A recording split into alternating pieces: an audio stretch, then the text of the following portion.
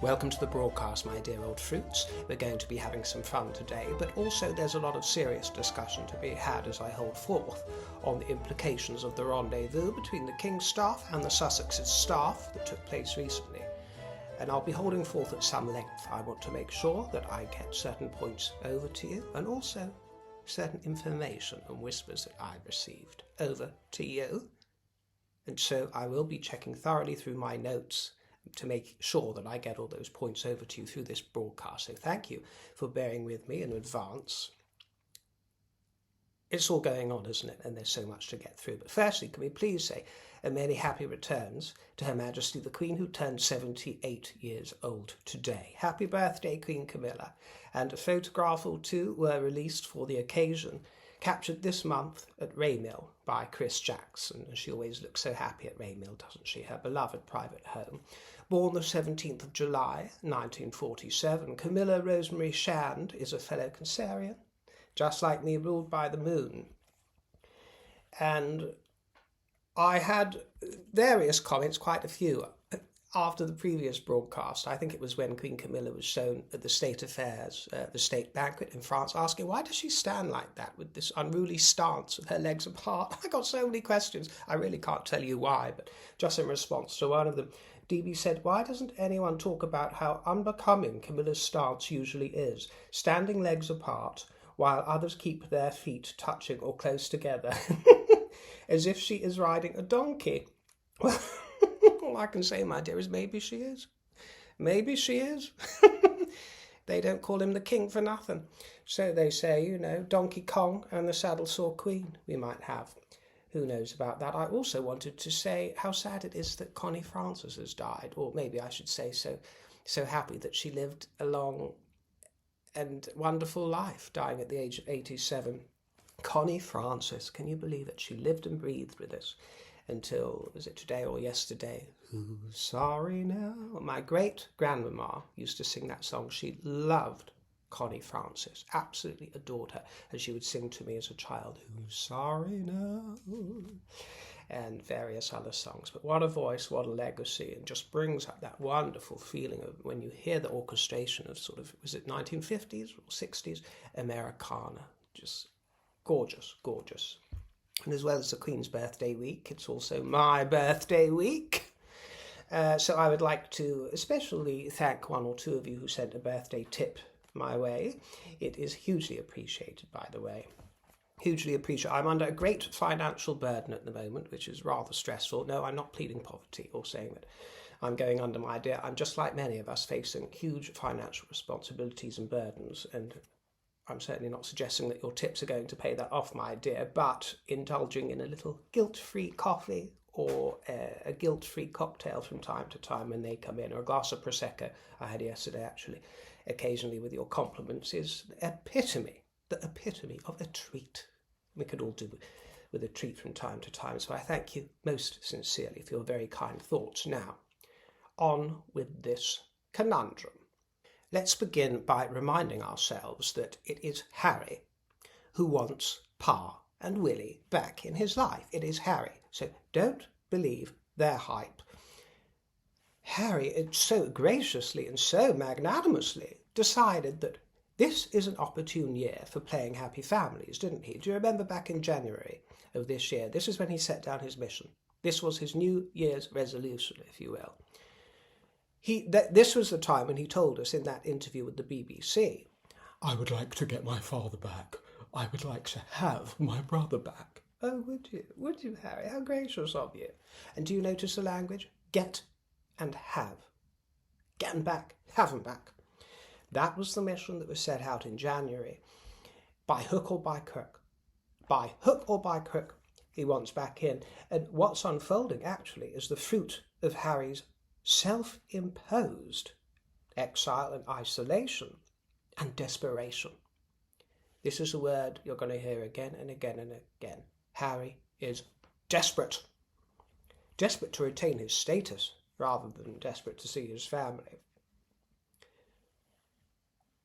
Familial reconciliation, as the media is putting it, and rehabilitation, does not begin on a club terrace between communications strategists. So I'd like you to bear that in mind. That's not how families resolve their differences, is it, my dear? On a non-smoking terrace, how joyless. We already know that the king refuses Harry's calls, and who could blame him? We don't, do we, my dears? We don't blame him one iota. He might be being recorded, words will be twisted, and it'll be a fruitless conversation. So who can blame him? We already know that William has washed his hands of his brother. William's feeling being, well, you can try and trifle with me a little bit, Harry, and there might be a little bit of back and forth, but, little boy, you do not fuck with my wife. Do you understand? That's William's attitude. And I'm going to respond to a comment from a viewer to kick off some of this holding forth today. Rosalinda said, I can't wait to hear what River has to say about the meeting between the Palace and Sussex PR. I consider it a betrayal of William. If Harry and Meghan are undeservingly let back into the fold, now William will be the bad guy kicking them back out. Their treachery of him and Catherine is actually unforgivable. Well, my dear Rosalinda, thank you for your comment. William's fury is incandescent, as I've told you on many occasions, and I've maintained for several years, incandescent. But you speak of unforgivable behaviour, and while many people, including William, and perhaps even including me, I don't know, might concur with you, the King is, and the Prince of Wales will be, and become, head of the Church of England. And this is something that you really, really need to bear in mind when you're considering and observing their reactions. Our head of state is a representative channel of the Christian God and of Jesus. This is something that people, foreign and at home, tend to forget. The message of Christianity is forgiveness. That is the message. That is Jesus' message, isn't it, my dear? And redemption, which even as a non-religious, cultural Christian, I suppose I think of myself, I continually find myself reminding the so-called devout of this. Charles and William operate as humans. Of course they do, with the base instincts and emotions of humans, but they must also operate in tandem with a higher calling to demonstrate and revere the life of the King of Kings. Now, don't mistake me for somebody who's being pious, because I'm not pious, not remotely pious, and I'm not even religious in the traditional sense, but one cannot consider the human aspect of a king without considering their subordination to the divine aspect. And this is something that goes under the radar quite often. Americans, for example, would quite often tell me, we don't worship kings, we worship God here in America. Well, any person anywhere over the globe observing the anointing at the coronation and the coronation itself of the king will need no further proof of how inextricably linked the British sovereign is to the worship of Christ. You saw it before your very eyes, and I challenge you to find another head of state that is more intimately acquainted with the practice of Christianity and its teachings, or the royal duty to balance justice, equity, and mercy, as represented by the swords of temporal and spiritual justice that we saw. Remember all of those fabulous pieces of regalia, the sovereign sceptre with dove, and some such that represent these qualities. Well, it's William who kneeled before the king during the coronation, and he kissed his cheek, pledging loyalty, faith, and truth as his liege man of life and limb with God's help. Remember, someone came up with this, didn't they? This saying, I think it was a poet, to err is human, to forgive divine. And so to forgive the Sussexes their treachery, especially in the absence of any remorse or contrition from them, is understandably a great challenge for both the king and for the Prince of Wales. But the question is, to what degree must the Sussex family be iced and ostracised? As individuals, that's an easy quiz. That is an easy quiz for us to answer. Don't misunderstand me. The Duchess of Sussex, as far as I'm concerned, can be ostracised forever and a day. So that's a very easy answer to that quiz. Forever and a day. Iced out, permanently. The Duke of Sussex? I'd say indefinitely, with loving detachment, and some prayers for an epiphany of some kind. Wouldn't that be a wonderful moment if Harry was to have some sort of epiphany strike through that thick cloth-eared head?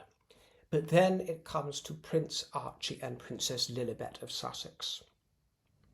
To what degree must they be iced out and ostracised? And the answer is never.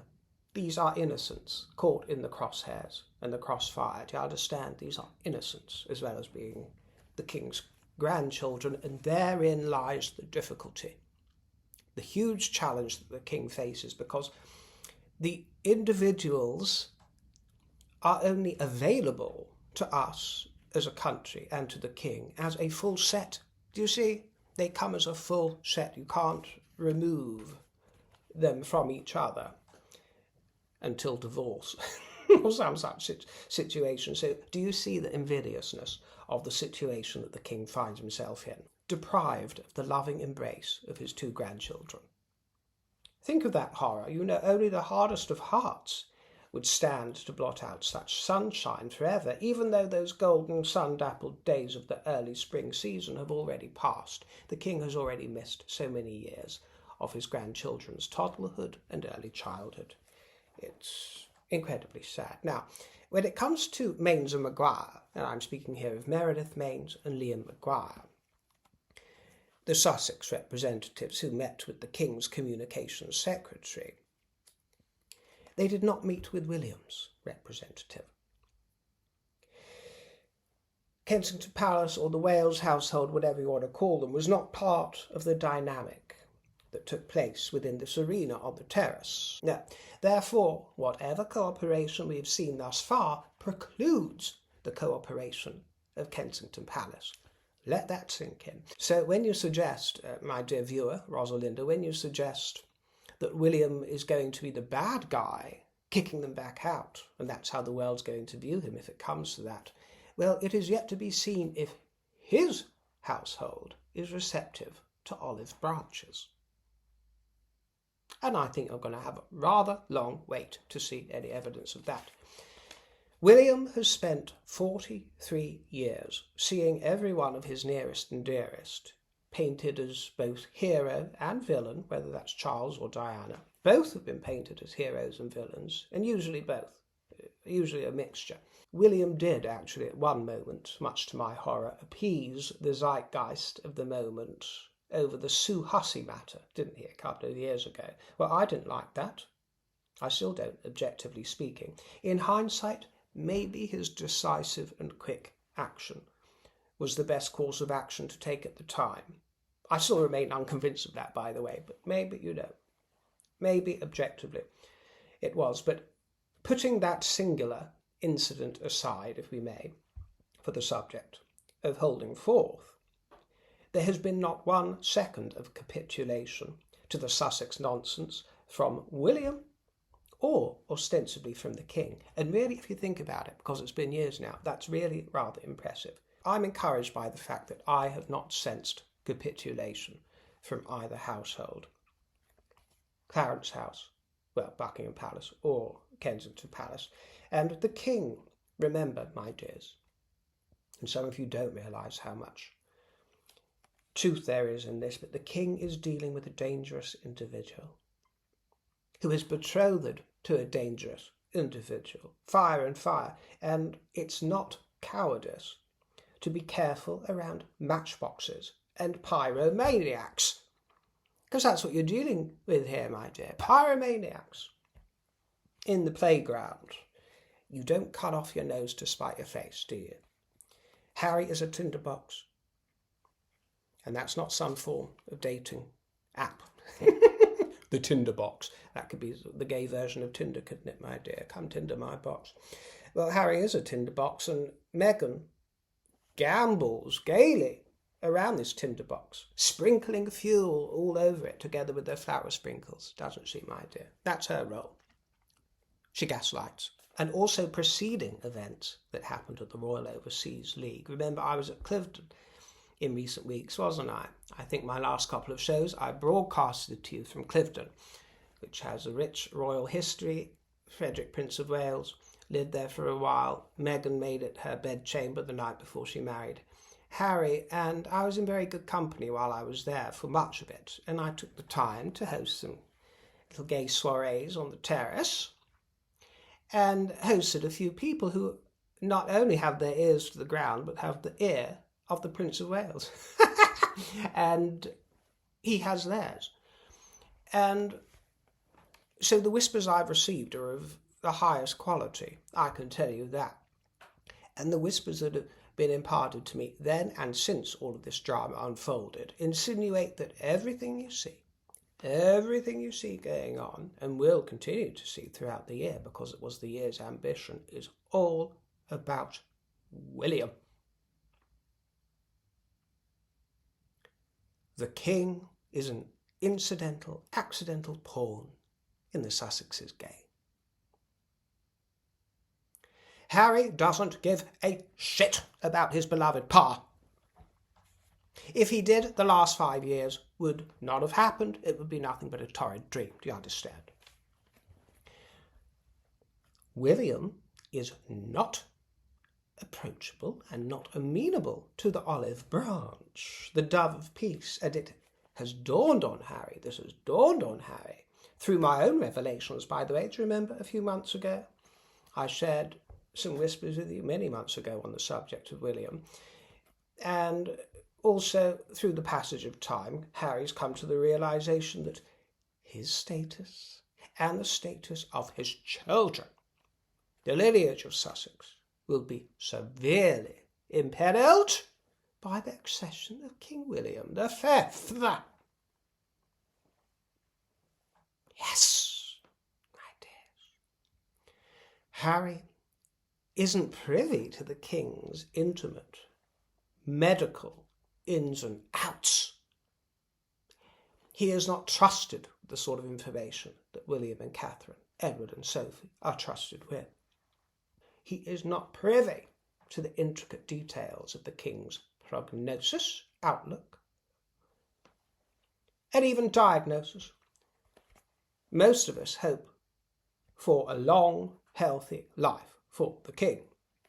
He's a young and youthful 75 or 76, isn't he? But Harry is no longer banking on the 96 years that the late Queen Liz enjoyed. Well, let's see, she enjoyed 93 or 4 of them until Harry and Meghan ruined things for the last few. There is also the possibility of a regency, either in name or in all but name, if the king declines in his dotage to the point where he's unable to perform his duties. We all hope that won't happen, but it's a distinct possibility in his frailty and with a strong son who might become regent. But it is the king who is the only way in for Harry, because he's on the outs. He's on the outs. The king is the only way in, and Harry can't appeal to William. William won't hear of it. He wants nothing to do with the boy. Mutual friends can't appeal to William on Harry's behalf. Courtiers can't appeal on Harry's behalf, because this is Big Willie we're talking about, the future king. No.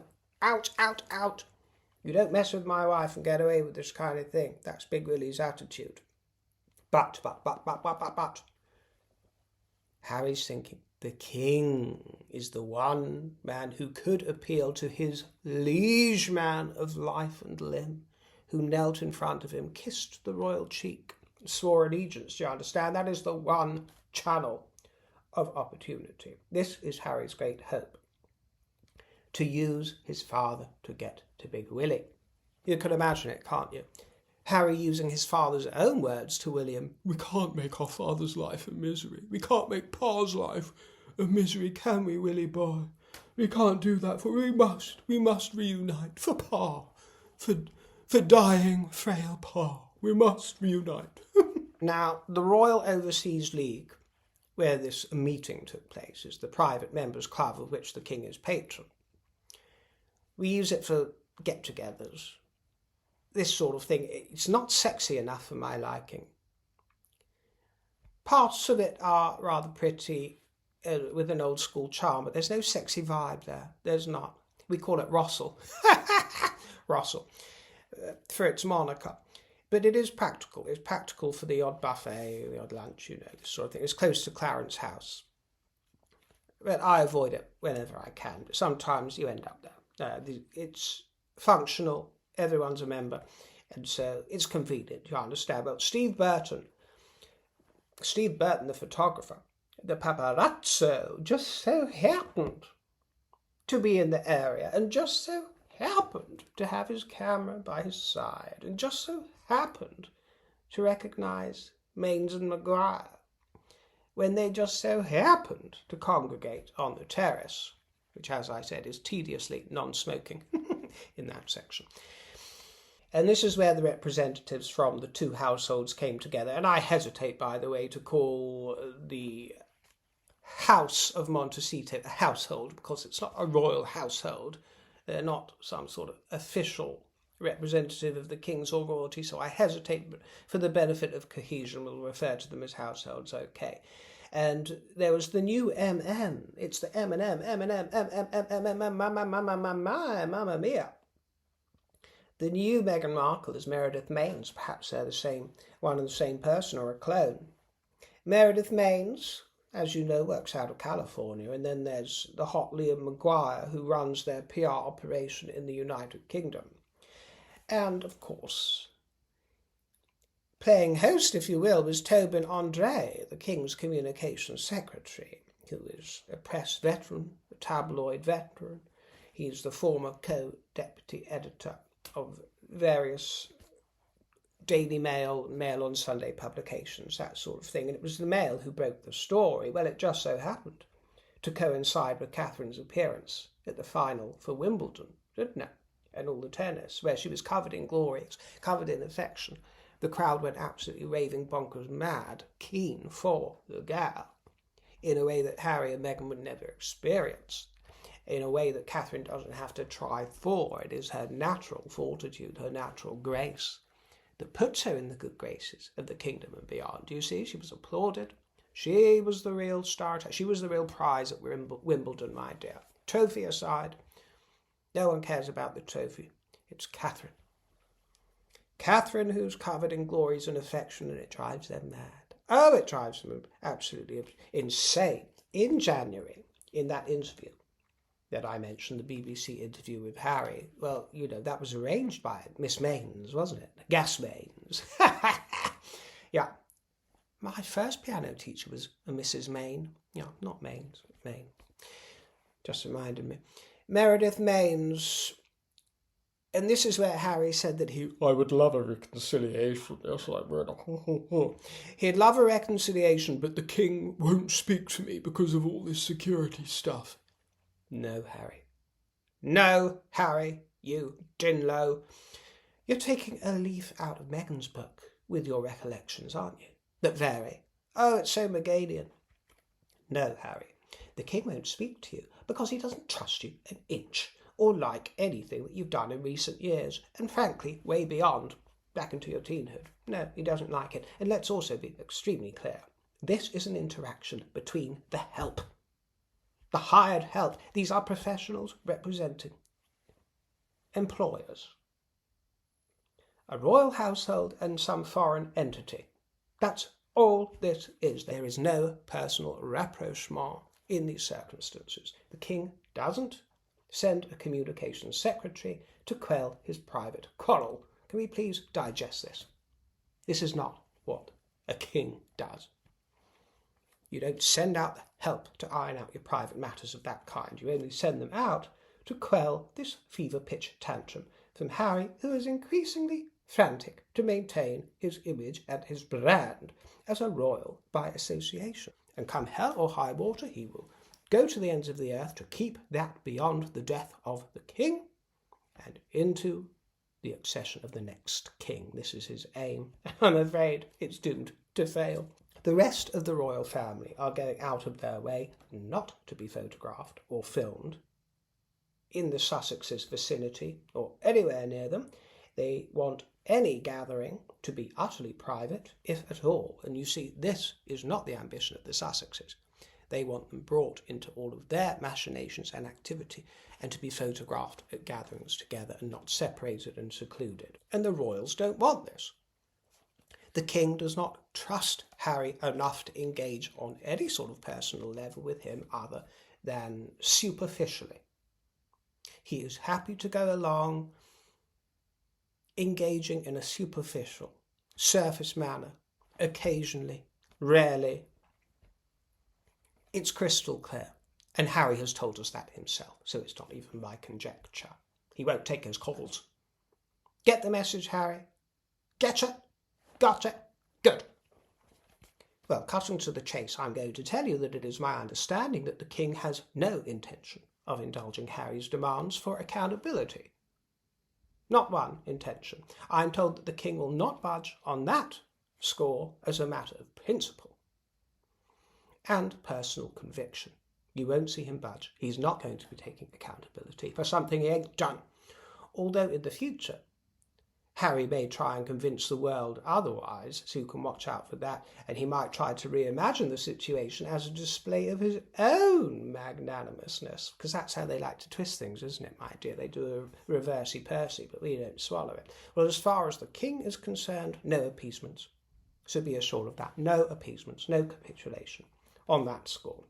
And the fact that a bunch of random hires who are alien to each other are doing this conversation and this negotiation, if you will, and that two from foreign climes made the journey here to the kingdom tells you everything that you need to know. They're doing all the running, my dear. Harry wants back.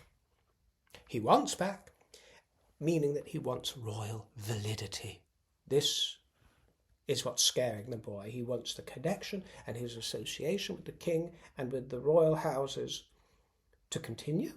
And he wants princely respect. This is what he's desperately missing out on, you see, my dear, because he's becoming known as a celebrity.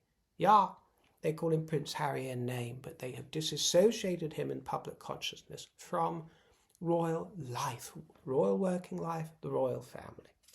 Harry and the wife had a gift. They had something that all of those celebrities, all of those billionaires, the tenner-penny elites, they will never have or get close to having what Harry and Meghan had, which is royal status. It is a money can't buy ticket. Well, now he apparently turned his back on all of that. Seems to be having second, third, fourth thoughts. But now he wants to have it both ways, doesn't he?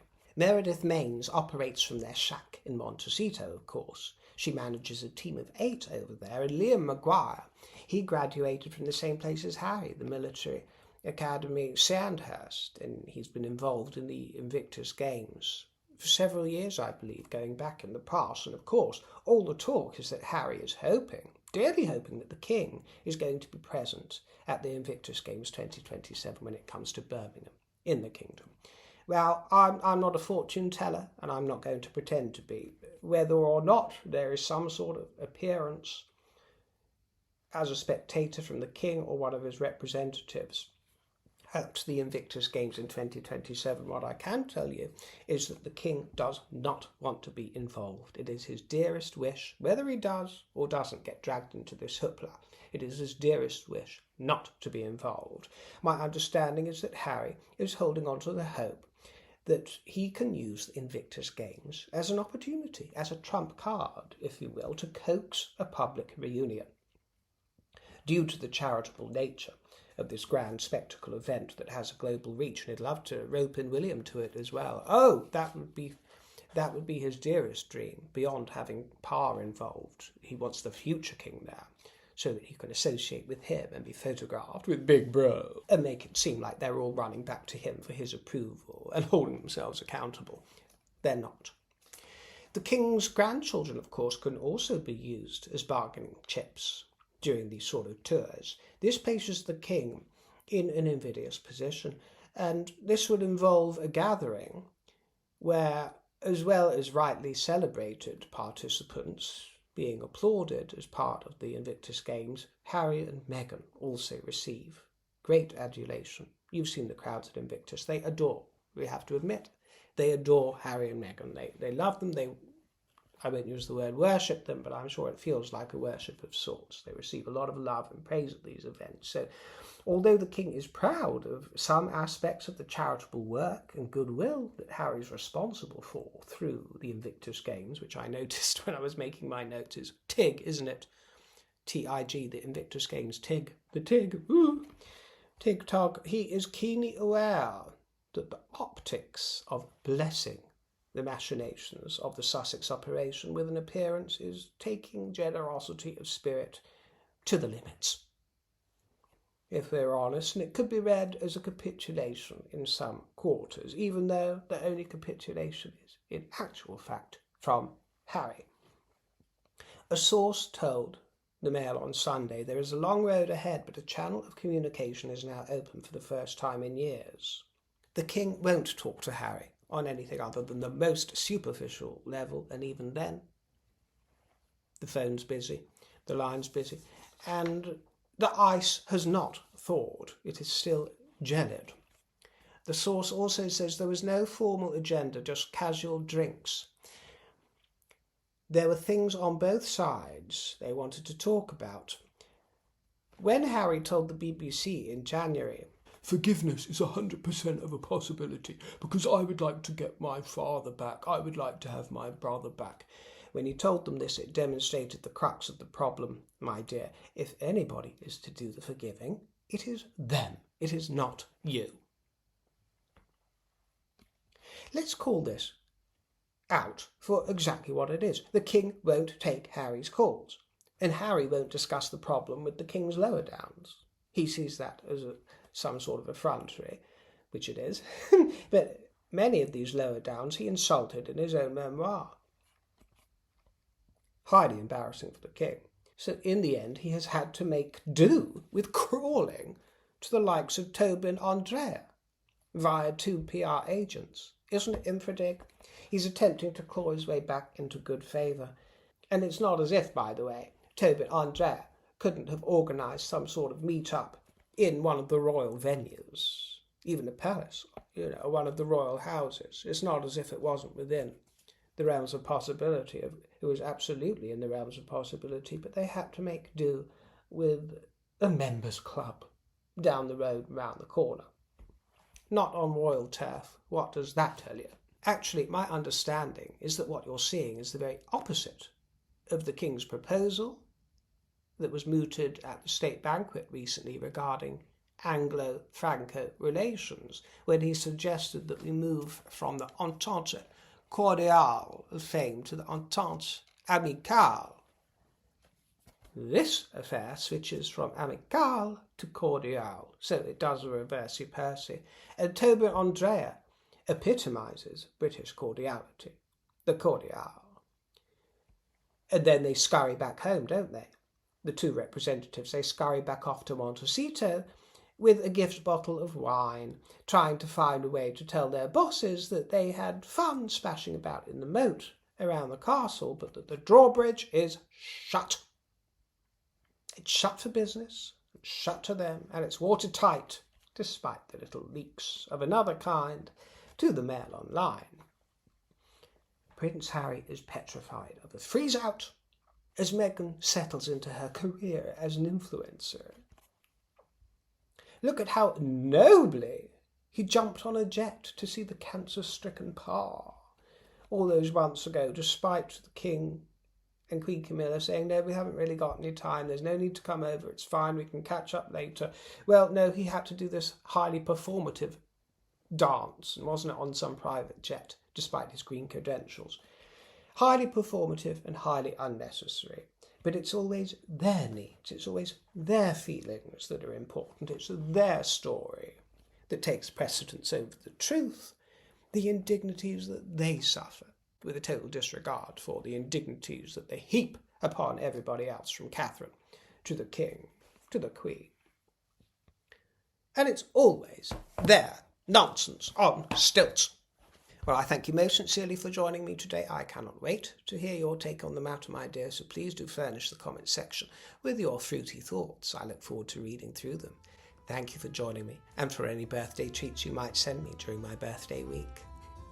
See you soon, my dears, and toodle pip.